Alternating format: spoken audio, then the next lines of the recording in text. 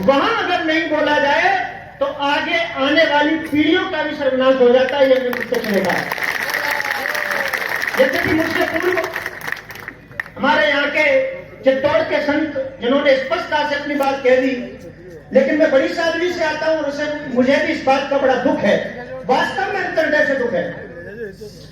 चंद्रभान जी जो सदा सर्वदा धर्म के साथ रहने वाले, धर्म क्या है?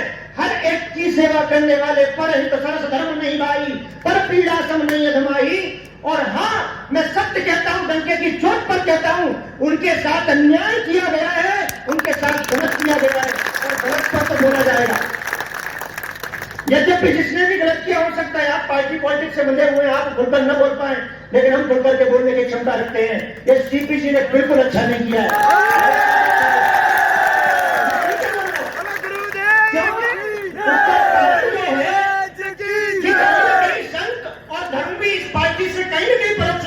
हुआ है। बिना इस पार्टी के हम संतों का धर्म की पूर्णता नहीं है।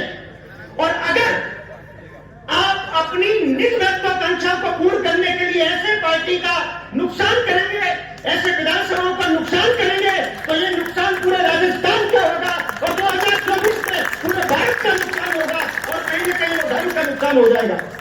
इसीलिए अपनी महत्वाकांक्षाओं को पूर्ण करने के लिए ऐसा बिल्कुल नहीं करना चाहिए था। अगर कोई कमी होती, अगर किसी प्रकार की कोई लांछन होता, कोई दोष होता तो समझा जा सकता था, लेकिन हलवे की जैसी जितनी जितनी सीट को डिस्टर्ब करना और चंद्रभान जी को विशेष करके परेशान करना, ये बिल्कुल ठीक नहीं है। जैसे कि ऐसा नहीं कि सिंपी जी हमारे आश्रम से जुड़े नहीं है, उनके भाई वृंद, उनके स्वयं के मामा मामी मेरे साथ यात्रा में जाते हैं, वो स्वयं आश्रम में आते हैं, लेकिन यहाँ उन्होंने बिल्कुल गलत किया है और इसका परिणाम पूरे राजस्थान में भोगना पड़ेगा। पता नहीं क्या हो गया है, ऊपर के शीर्ष नेतृत्व को क्यों नहीं वो देखते, क्यों नहीं वो विचार करते? केवल थोड़ी सी महत्वाकांक्षा के कारण, केवल थोड़ी सी अपनी बात को दिखाने के कारण इस प्रकार से।